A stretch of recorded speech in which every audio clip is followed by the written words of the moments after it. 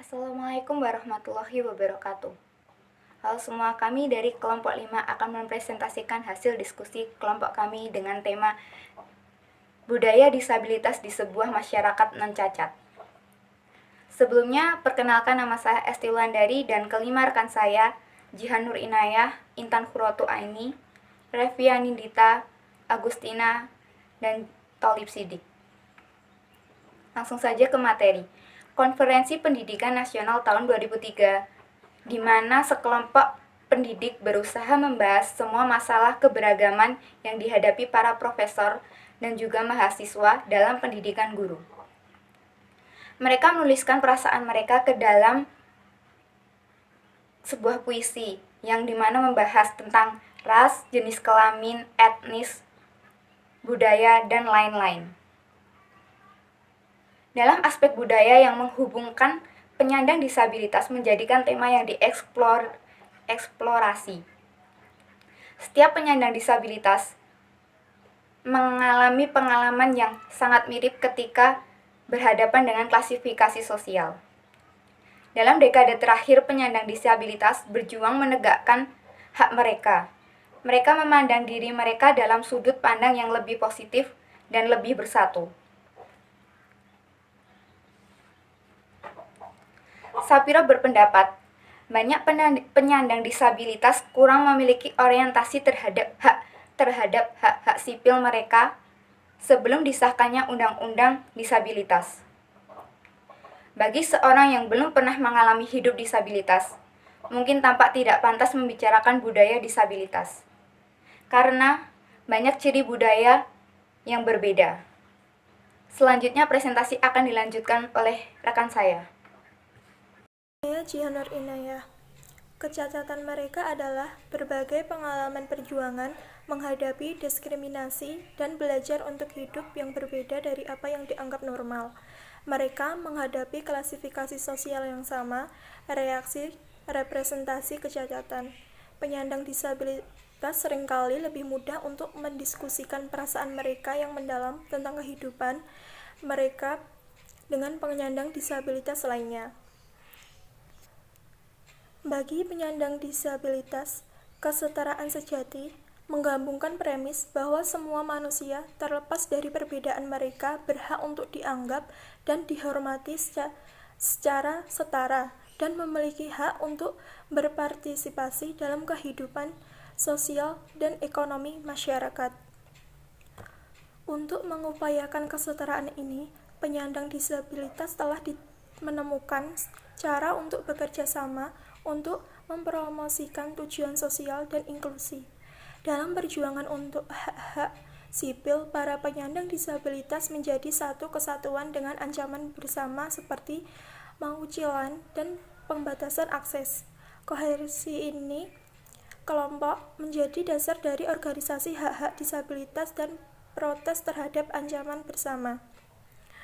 Kohersi kelompok ini tentunya akan menjadi penting dalam mengupayakan akses yang setara ke teknologi informasi dan komunikasi yang mendominasi era saat ini. Penyandang disabilitas telah membentuk banyak organisasi politik yang mengabdikan diri untuk mempromosikan hak-hak sipil dan meningkatkan akses bagi individu penyandang disabilitas.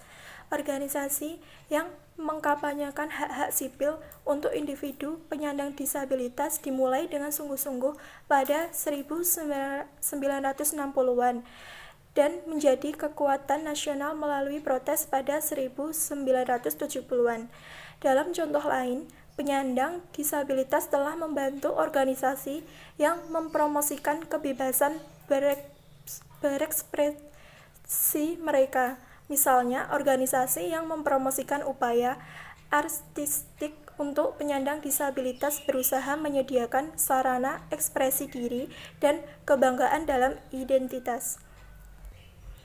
Namun, tidak sepenuhnya akurat untuk memikirkan penyandang disabilitas sebagai kelompok yang sepenuhnya bersatu dan kohesif.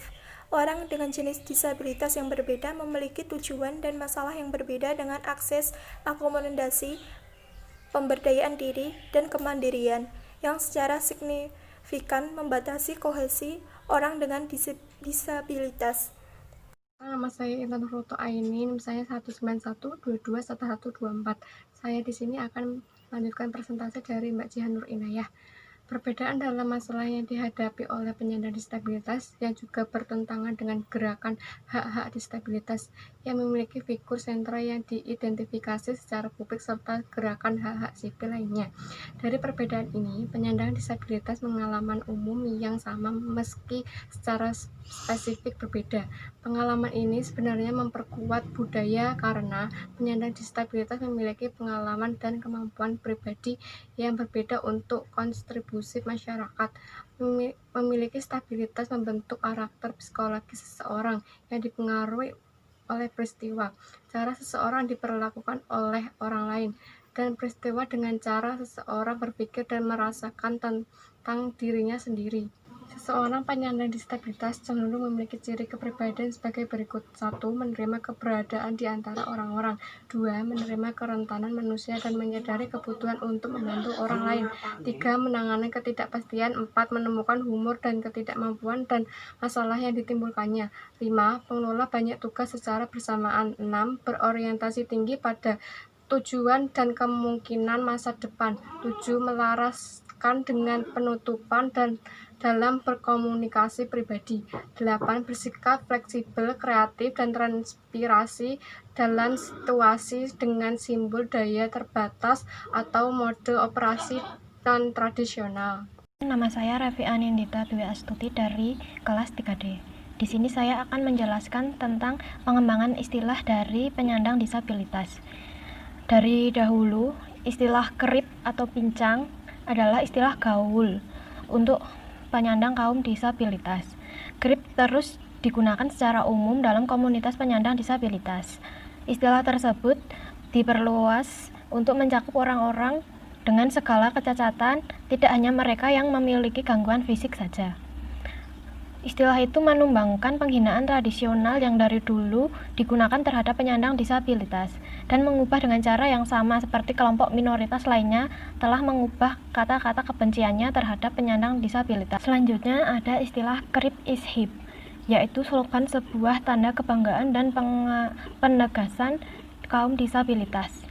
Sebuah inspirasi mengacu pada situasi di mana orang-orang non-disabilitas memandang penyandang disabilitas sebagai inspirasi. Biasanya, Crip is Hip ini berada di tulisan kaos-kaos dari penyandang kaum disabilitas. Istilah-istilah ini dianggap oleh kaum disabilitas untuk menunjukkan penolakan terhadap stigma sosial tentang disabilitas dan merangkul budaya disabilitas. Menurut para peneliti, bagi sebagian penyandang disabilitas, budaya disabilitas dapat menjadi sumber dukungan dan kebanggaan. Ini dapat dilihat sebagai memiliki literatur yang luas dan beragam. Itu menurut Brown pada tahun 1995. Yang kedua, orang yang merangkul keanggotaan dalam budaya disabilitas juga sering berupaya untuk menantang klasifikasi sosial penyandang disabilitas sebagai pasif dan tergantung dengan menegaskan pemberdayaan pribadi. Menurut Barnard Scott pada tahun 2001.